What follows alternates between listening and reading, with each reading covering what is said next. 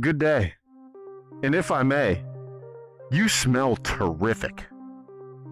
Let's talk about this 2005 Softail Standard, or FX-ST. We'll go over all the specifications, we will go over all the modifications, we'll talk about how it feels in the saddle, and then we'll start it up, give it a little RPMs for a sound check, and then we'll take it out on the road and give it a little rip and see how she does. And we are starting with a single 11.5-inch rotor and a 4-piston Harley-Davidson branded caliper. For the suspension, we have a 41.3 millimeter telescopic fork. It's not upside down, it's not adjustable, nothing super fancy. In the engine department, we have an 88 cubic inch twin cam air-cooled V-twin, pushing out 67 horsepower and 86 pounds of torque. 67 horsepower doesn't sound like a whole lot, but with 86 pounds of torque and being about 100 pounds less than a Road King, I think she'll probably boogie pretty decent. For the rear brakes, we have yet another 11.5-inch rotor and yet another 4-piston Harley-Davidson branded caliper. In the suspension department, we have dual hidden coilover shocks. And on this side, we have a 5-speed transmission and a belt final drive. And we have a 21-inch spoke front wheel and a 16-inch solid rear wheel. I love the combination of a spoked front, or really any other front wheel for that matter, with a solid rear wheel. I think it's a classic, timeless look. Let's go over the modifications. One quick note on the 2005 Softail that you see before you is that this is actually my personal bike. I got it from my father, and I changed a whole bunch of stuff to make it more mine. So we'll go over what those modifications are and kind of explain those modifications as we go along. So the first modification that you'll notice is that the front fender is missing. I took it off for more of a chopper aesthetic. Yes, I know it's not a chopper. It's not a hardtail, it's Softail. I just wanted the chopper aesthetic. So I removed the front fender, and when you do that, it makes the front forks a little unstable because they can move independently. So I fabricated this bracket right here that will tie the two together. And when I got this bike, it had LED turn signals, LED headlight, LED tail light, everything was LED. This bike is carbureted. There's a 40 millimeter CV carb on this bike. In my head, a carbureted motorcycle shouldn't have LED lights. That might be a little controversial, but that's just the way my weird ass mind thinks. Going back further, I put these 6.5-inch risers on and these 8-inch mini apes, and I put them all at an angle that it follows the forks, and that really gives it a laid back feel when you're riding it. I drilled out the levers. That's something I got from Billy Lane, one of my favorite bike builders ever. I'm sure some people don't like it, but deal with it. I put new grips and new pegs to match from Pangea Speed choppers. I removed the shift peg that was on here, and I gave it to a machinist buddy of mine, shout out to Troy, and asked him to just fabricate me one, just to make me one. And he came back with this aluminum piece that he machined, and it's really, really cool. Just a nice little custom touch. Moving further back, I put this LaPera Cherokee seat on here. I just think it gives it that really cool, classic king and queen chopper look that I really, really like. Looking at this bib, it might be aftermarket. I don't really know. I would like to change that out, though. That is one of the things that I still want to change on this bike. Moving further back, we have a custom made sissy bar that I actually fabricated, and this is not real chrome. This and the bracket that I made where the front fender used to go, I had powder coated a color called Super Chrome. It just kind of mimics the look of chrome. It's close enough for me. I don't have money to get shit real chrome, so this is what you get. And onto that, I added this Saddleman little backrest for my kids or my wife when they ride with me. My reasoning behind this sissy bar specifically is obviously there's no bags on this bike, and I do want to take this bike on some really long rides. So what I can do is I can strap a really big duffel bag right here. That's why I made it so tall. And if it's full, it comes out to here, and I can actually use it as a backrest. I've done it once before, and it is insanely comfortable. So that's the reason that the sissy bar is so big. And then I also put these little offshoots on here so I can hang stuff. I can hang my helmet, I can hang a jacket, I can hang my gloves. That's what it's for.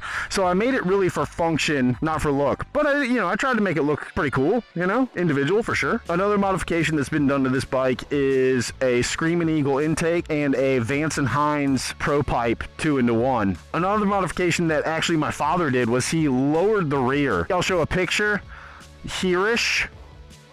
of what a stock rear end looks like, and then you look at this one and you can definitely tell that it is lowered. Again, it just gives it kind of that chopper aesthetic. The last thing that I did to this bike was I put this wrap on here. This is all a wrap. And the reason I went with this one is because if you look at a 1984 Softail Standard, this is what was on the tank, and I really wanted to replicate that, so I had it wrapped to look very similar. And the reason for that is my grandfather bought a Softail Standard brand new in 1984, and tragically he passed away on it a few months later before I even got to meet him. I wasn't even born until 1988. And all the stories I hear about him, he was a great guy, and I'm sure we would have got along very, very well. I'll put a picture of his bike here.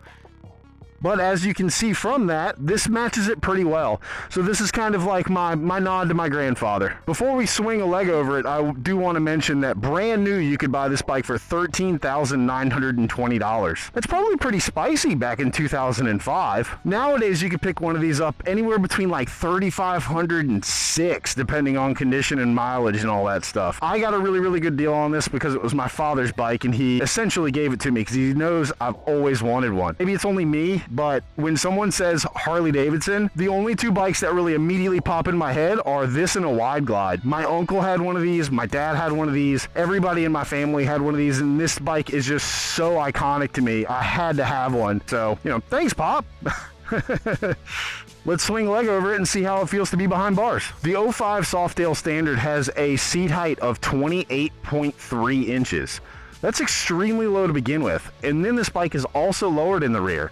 So it's very, very low. This should be pretty much approachable to anyone. But me being 6 foot tall and 235 fantastic pounds with a 32-inch inseam, this is extremely easy.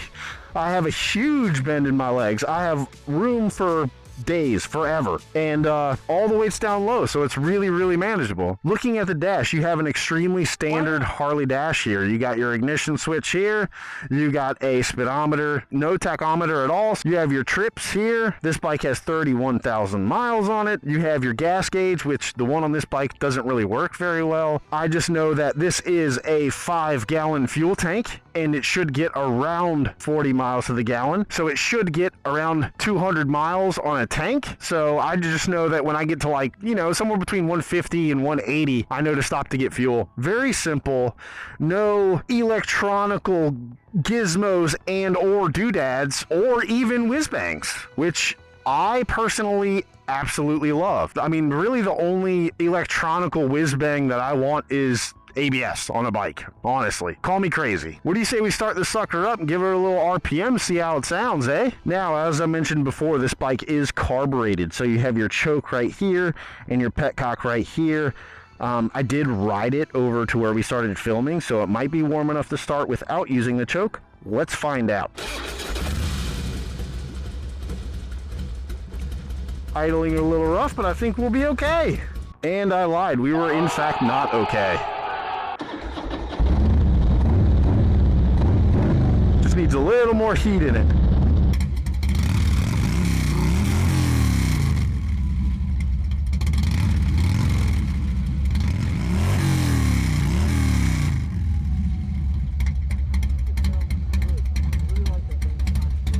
However, I will say every time I take a right turn, I scrape right here. So I may in the future end up getting a different exhaust.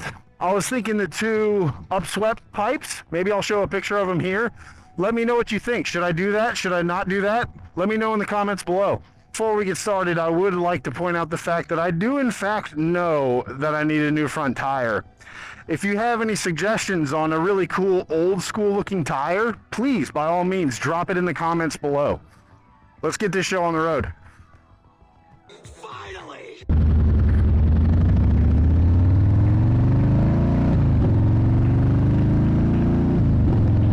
So the first thing I'm noticing about this bike while I'm riding is just how in it I feel. I feel like I'm in the motorcycle, not on the motorcycle. Like most adventure bikes, sport bikes, things like that, you feel like you're sitting on top of it. And I mean, obviously I'm still on top of it, but I feel like I'm down in it. I'm also noticing just how laid back I feel like I have to be to reach the bars. because of where my arms want to be, I kind of have to lean back to get a good position on them, and that's really nice, to be honest with you, because it just feels like I'm laid back and straight up chilling. We are now getting to my twistiest local road. It's not super twisty here in the plains of Virginia, but it's what I got. Give me a break. But I will say this is a 666, hell yeah, wet pound motorcycle with extremely basic suspension that's been lowered. So I can only imagine it's not going to handle super great. You know, yada yada, have respect for the dead, all that stuff.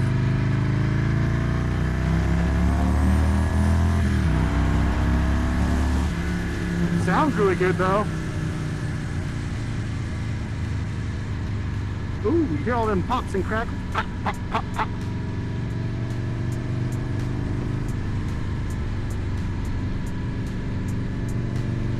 Ah, it's not that bad.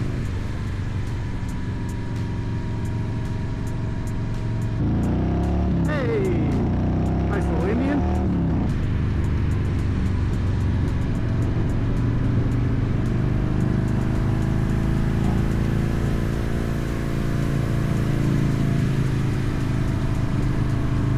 I mean, it's not absolutely horrific, not nearly as bad as I expected, but it's definitely not flickable. I can tell you that for absolutely free. By the way, happy Father's Day. I know when this video comes out, it will not be anywhere close to Father's Day, but I'm filming it on Father's Day. So shout out to all the dads that are just doing their fucking best. Because you know what? That's what I am, and that's what I'm doing. I'm a father, and I'm doing my fucking best. So shout out to all the dads doing the same. And also a quick shout out to Ink Lift Eat. Go follow them. The owner's a super close friend of mine. Super awesome dude.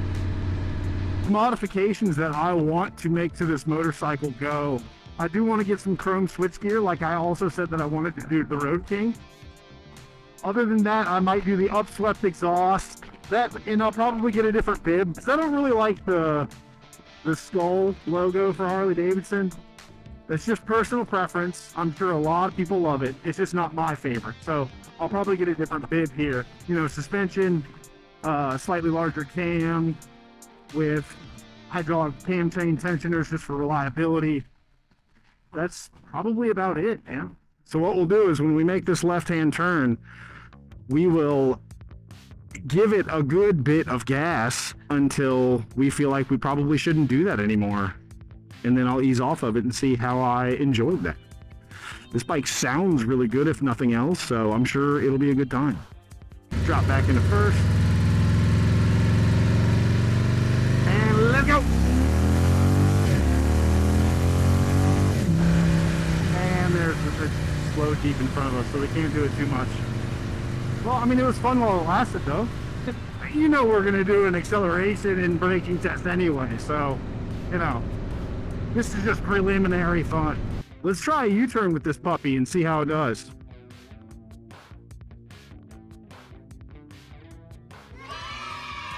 Not bad, not bad. Honestly, the Road King's a little better. Way easier to control. I'd say it's better than a Speed Triple, though. Better than the Speed Triple, worse than the Road King. That's where we're gonna go. And yet another reason why I shouldn't have a fast motorcycle, because I always do this shit.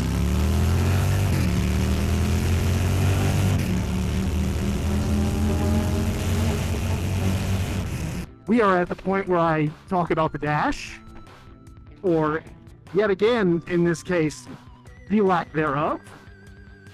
You have a speedometer, you have trip, you have miles, you have your gas gauge that doesn't work, your horn, your high beam, low beam, start, kill switch, turn signals, and if you press both turn signals at the same time, the hazard lights come on. Found that out yesterday, and that's about it. The only other thing I could want, and maybe one day I'll even add it, maybe after I will add a performance cam, is I would like a little tack right here. Just not a big one, just a little guy, just so I can see what the hell's going on with my rims. Other than that, I love this dash. I don't like all the electronic whiz bangs and gizmos that you have to press and search through a fucking screen just to find one thing. Like, just give me all the power all at once and let my throttle do the controlling of it. I don't understand why that's hard. Why that's a crazy thing to do. Not that this bike needs traction control or any of that shit anyway. Whopping 67 whole horsepower. I'm sorry, I did it again. I'm sorry. Let's take this sucker on the highway. See how it does there. It's a 666 pound Harley with a 235 pound man on it. So I'm guessing it'll be pretty good. Oh. No, I'm kidding. I'm in top gear going about 76, 77, 78 miles an hour, something like that. And I am insanely comfortable. I am laid the hell back. My arms are in a good spot. My rider triangle is extremely comfortable. And I could absolutely do this forever and ever on that. On the butt scale, this is an entire tanker. I can ride this for an entire tank of fuel without having it get off. If we talk about the mirrors, they are rock solid as they are on most Harleys. I even like the look of stock Harley mirrors, so I'm definitely going to leave these ones on here. I can clearly see what's behind me. They're a good mirror. The vibrations aren't bad. I can definitely feel them. Like, I definitely have some vibrations coming through the grips and the pegs and whatnot. I can see it in the mirror. I'm sure after a while, after getting off, my hands would have that like numb, buzzy feeling, but I can live with that. I have before. When it comes to wind protection, well, there isn't a whole lot. You might get some from my super awesome deadbeat bag that I've had since I've had this Dyna. Other than that, there's nothing blocking wind from getting me. And I don't really mind it on this bike because it's really comfortable. This is the only bike that I have ever had and that I could see ever having that I will just absolutely refuse to put a windscreen on. There will be no windscreen on this motorcycle ever. Man, it's just crazy how stable and nice this is on the highway. And like I said before, if I put a big duffel bag and strap it to the sissy bar, I can lean up against it and it is insanely comfortable. It's absolutely like sitting on a couch. There's a reason they call Harleys road sofas. Who do I think this bike is for? Besides me, because I absolutely fucking love this motorcycle. Well, if you don't mind wind and you don't want a big touring bike and you really like that old chopper aesthetic because of the Softail look, this bike's definitely for you. Honestly, I'm not gonna fucking lie to you guys. Like, you feel cool riding this thing. Like, you feel like you look cool. I'm sorry, it had to be said, but I do. And you would if you were riding it. So if you want to fucking look cool, this bike's kind of for you. I will say though that like at really low speeds, it's kind of hard to keep really super stable. I'll show you what I'm talking about here in a minute. I'm gonna pull over. Good God, I hate to hit that pothole. Jesus. Okay, you see what I'm talking about?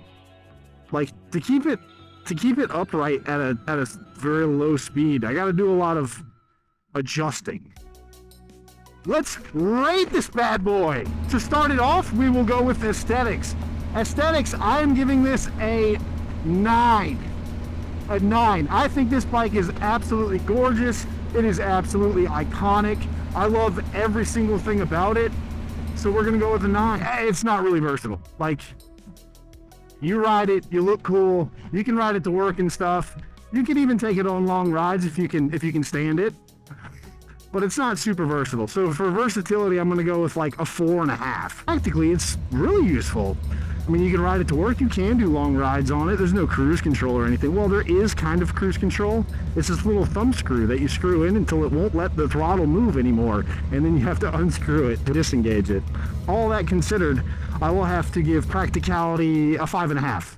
Fun factor, and it's pretty fun, especially in the lower RPM range. We'll go with 6.5, because I can get better launches on this than I can on the Road King. 6.5. Overall, as a motorcycle, we'll go with 6.5. That's reasonable, I think. My personal rating, like how much it touches my soul and how it makes me feel in the nether regions, it's also a 9.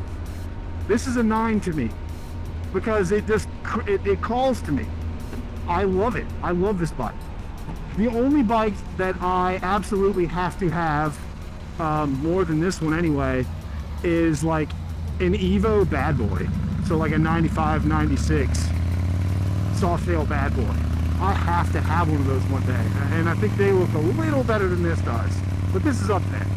So I'm gonna go with 9 personally. Now we're just looking for a place to do a little acceleration and braking test. When I was talking about this bike earlier, I said that whenever Harley Davidson was mentioned, this bike or a wide glide popped into my head. Do me a favor and go into the comments and type in what bike you think of anytime anyone says Harley Davidson. Just tell me what is the first bike that pops into your mind. Put that down in the comments. I'm really curious to see what all you guys think of. Found our acceleration and braking test place for today. 2, 1.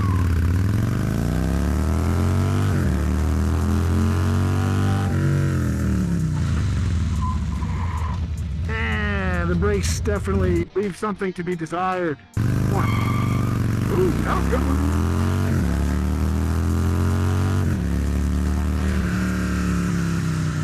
I'm not going to slam on the brakes right in front of this car though, so at least we got a good acceleration run out of it, yeah?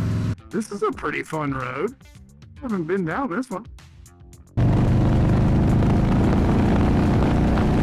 Ooh, I'm not going to lie.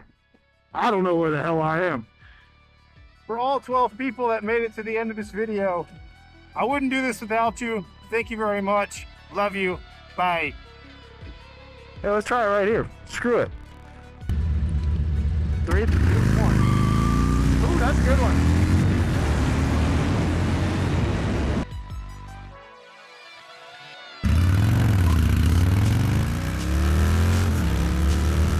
In your life, your style. You drivers, wow, we'll drive you crazy. You keep on shouting, you keep on shouting. I wanna rock and roll all night and party every day.